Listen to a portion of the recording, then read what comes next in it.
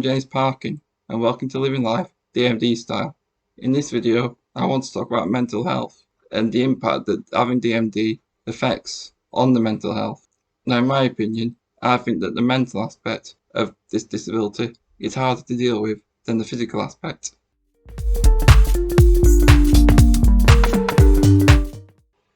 Now, with having DMD, you have to carry a different mindset towards life. You have to get used to the fact that you will be getting weaker and weaker at a much faster rate than what an able-bodied person would be.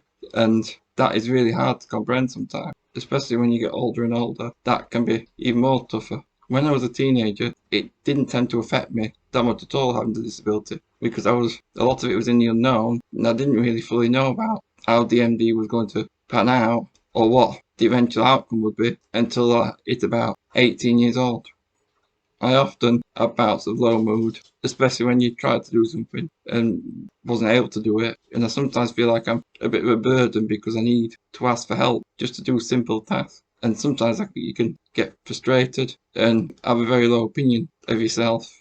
I sometimes get the feeling, is it worth it really? Trying to just as hard as you can. And especially in this last year, it's got quite bad. But I'm still trying. I try every day, and that's all I can do really.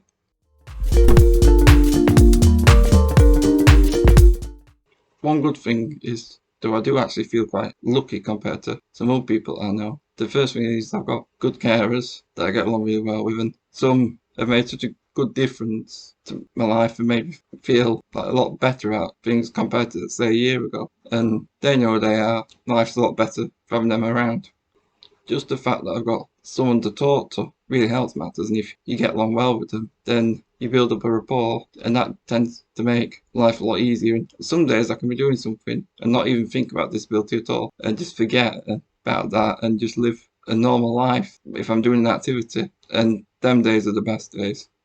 I also find that if the people you surround yourself with are positive people and have a good attitude towards life, then that have a good reaction from me, and I'll be positive because the person's so enthusiastic. It has a good effect on me, and I always think that's good.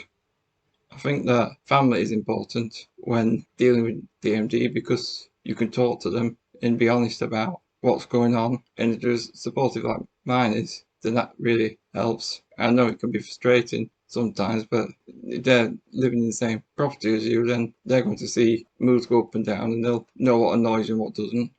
Getting to know people who also have DMD or similar conditions is important because they'll have an understanding what you're going through, because they're going through the same thing or similar things, maybe at different stages, but you can learn off each other. That sometimes makes life easier, and also emotionally can be a lot easier because you know that you're not alone, that other people have the same issues that they have to deal with or similar issues, and they can help you through that. And I know quite a few people with DMD or similar disabilities, and that's important. Also, I find that keeping yourself occupied is a really important tool to help with the mental health side of DMD. For example, a couple of days ago, I had a day which wasn't that great, and the following morning I decided to go straight out and go somewhere for breakfast, and that day was a lot better than the previous day because I got myself out early and wasn't dwelling on anything, because as the previous video I said, that I like to go on drives to go and at least do something, even if it's like just for coffee, because it keeps myself occupied and keeps something to focus my mind on. I also have my laptop, games consoles, TV, and the usual things, and I do like things like football, but just to say I've done something for the day, and I find that's really helpful. One last thing, which is very important, is that it's okay not to be okay. It's okay to have a bit of a cry or get upset to let negative emotions out, because if you keep it in, you'll only get flustered, and that won't help at all. So it's important that it's alright to not be okay, and just talk to someone really, and that's what I do, and it helps me more than I realise, to be honest. Thank you for watching this video. I know there's a lot of information, but thank you, and if you want to ask any questions, just message me on Instagram or write in the comments and I'll get back to you. Thank you for listening, and I'll see you on the next one.